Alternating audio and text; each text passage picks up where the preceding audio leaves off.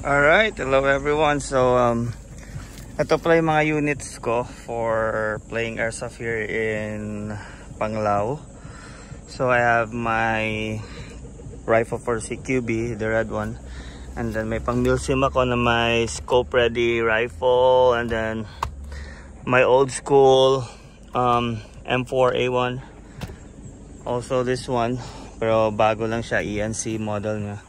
Tapos itong AR-15 for milsim, so mostly nasa 490 to 495 fps. Tapos yung naka-scope naman is around 480 fps.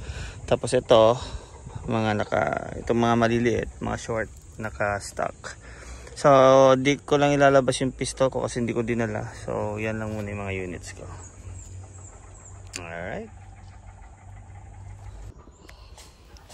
Alright, so here's my loadout. So ganito muna na klase ng vest. So actually this is not a vest, parang mag catch lang siya ba.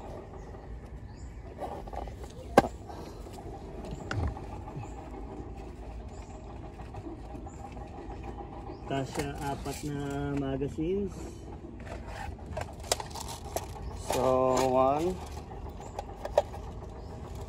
2, 3, 4. Alright, perfect. Tapos may mga kami dito, vest, may tactical camouflage na mga gamit, may gun holster ako ng pistol but I didn't bring it.